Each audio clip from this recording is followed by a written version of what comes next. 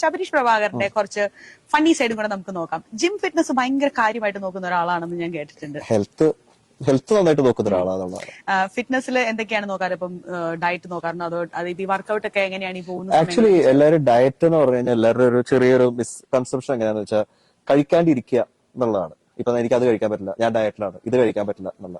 പക്ഷെ ഡയറ്റ് എന്ന് പറഞ്ഞാൽ നമ്മൾ എന്ത് കഴിക്കണം എന്നുള്ളതാണ് ഡയറ്റ്. നമ്മൾ എത്ര നന്നായിട്ട് എന്ത് നന്നായിട്ട് കഴിക്കണം എന്നുള്ളതിനെ പറ്റി പറയുന്നതാണ് ഡയറ്റ് എന്ന് പറയുന്നത്. ഇന്നതിന്റെ കാര്യങ്ങൾ നിങ്ങൾ കഴിക്കണം, അതാ നിങ്ങളുടെ ഫുഡിന്റെ ഒരു എല്ലാ ന്യൂട്രീഷനും ഉൾപ്പെടുത്താൻ നിങ്ങൾ നോക്കണം എന്നുള്ളതാണ് ഡയറ്റ്. ശരിക്കും എന്റെ ഒരു കോൺസെപ്റ്റ് അതാണ്. അപ്പൊ എന്ത് കഴിക്കാണ്ടിരിക്കണം എന്നുള്ളതല്ല ഞാൻ ഡയറ്റ് നോക്കാറ്.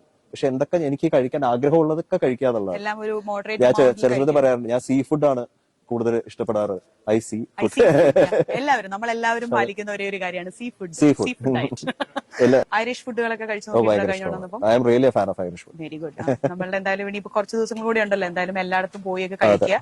അതേപോലെ തന്നെ ഞാൻ വായിച്ചിട്ടുള്ള ഒരു കാര്യമാണ്, ലാലേട്ടൻ ഫാനാണെന്ന് കേട്ടിട്ടുണ്ട്. ലാലേട്ടന്റെ ഇടികൊള്ളുന്ന മൂവി കണ്ടു കഴിഞ്ഞാൽ തിയേറ്ററിൽ നിന്ന് ഇറങ്ങി പോകുന്നുള്ള രീതിയിൽ വരെ ഞാൻ കേട്ടിട്ടുണ്ട്. അത് സത്യം എന്താണെന്ന് വെച്ചാൽ അത് ഞാൻ ലാലേട്ടനോട് തന്നെ പറഞ്ഞിട്ടുണ്ടെന്നുള്ളതാണ്. കാര്യം എന്താണെന്ന് വെച്ചാൽ ലാലേട്ടനെ കാലാപാനി മൂവിയില് ലാലേട്ടനെ അവർ ഇടിക്കുമ്പോ ഞാൻ തിയേറ്ററിൽ നിന്ന് കരഞ്ഞോണ്ട് ഇറങ്ങിപ്പോയിട്ടുണ്ട്. കുറെ ദിവസം എടുത്തു. എനിക്ക് ലാലേട്ടനെ എന്തെങ്കിലും ചെയ്യണതാണ് ഭയങ്കര ബുദ്ധിമുട്ടാണ്. ഇപ്പൊ ഞാൻ ചോദിക്കട്ടെ, ആരാ അല്ലാത്ത? എല്ലാ മലയാളികളും ലാലേട്ടൻ ഫാൻസ് തന്നെയാണ്. നമ്മുടെ ഒരു ദിവസം ലാലേട്ടനെ കാണാണ്ട് എനിക്ക് തോന്നുന്നുള്ള ഒരു മലയാളിയും ഉറങ്ങുന്നുണ്ടത്.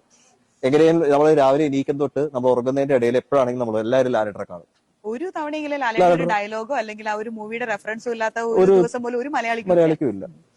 ഏറ്റവും വലിയൊരു കോമഡി എന്താണെന്ന് വെച്ചാൽ ഇപ്പൊ പറയാൻ പറ്റുമോ എന്ന് എനിക്കറിയില്ല, അതിൽ പറഞ്ഞാലും വിശ്വസിക്കാറില്ല. കാര്യം ഇപ്പൊ തുടരുമില്ല ലാലേട്ടന്റെ മെയിൻ വില്ലൻ എന്റെ അമ്മാവന പ്രകാശ്. അത് ഞങ്ങൾക്ക് അറിയില്ലായിരുന്നു. അമ്മയുടെ കണക്ഷൻ, കറക്റ്റ് എന്റെ അമ്മാവനാണ് ആള്. പക്ഷെ ഞങ്ങൾ തമ്മിൽ ഇത് നേരിട്ട് കണ്ടിട്ടില്ല. അങ്ങനെ ഒരു കോമഡി കൂടി ഉണ്ട്. ബട്ട് ഞങ്ങളുടെ എന്റെ അമ്മാവനാണ്. ലാലേട്ടൻ ഏറ്റവും കൂടുതൽ ദ്രോഹിച്ചിരിക്കുന്ന ഇപ്പോഴത്തെ ലേറ്റസ്റ്റ് ദ്രോഹിച്ചേക്കുന്ന ആള് എന്റെ കസിനാണെന്ന് പറയാം നമുക്ക്. അതുകൂടാതെ ഇനിയിപ്പം ഞങ്ങളോട് നമ്മുടെ അയർലൻഡ് FM പ്രേക്ഷകരോട് എന്തെങ്കിലും പറയാനുണ്ടോ? എന്നെ ഇനിയും വിളിക്കണം, അയർലൻഡിൽ ഇനിയും സ്നേഹം തരണം, ഇനിയും വീണ്ടും എനിക്ക് ഇവിടെ പെർഫോം ചെയ്യാനുള്ള അവസരം തരണം. എന്നോട് എന്നും എന്റെ മ്യൂസിക്കൽ ലൈഫിൽ ഏറ്റവും കൂടുതൽ സപ്പോർട്ട് ചെയ്തിരിക്കുന്ന ഒരു ജനതയാണ് ഐറിഷ് അല്ലെങ്കിൽ അയർലൻഡ് മലയാളികൾ. അപ്പോ എന്നെ വീണ്ടും വിളിക്കണം, അതന്നെ എനിക്ക് പറയാനുള്ളൂ.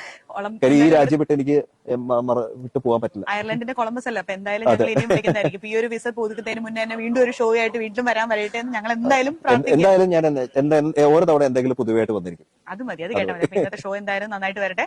ഞങ്ങളുടെ എല്ലാവരുടെയും പ്രാർത്ഥന ഉണ്ടാവുന്നതായിരിക്കും. അപ്പോൾ thanks for spending time with us. This is നമ്മുടെ അയർലൻഡ് FM മലയാളത്തിന്റെ ഹൃദയതാളത്തിൽ Shabareesh signing off. Thank U.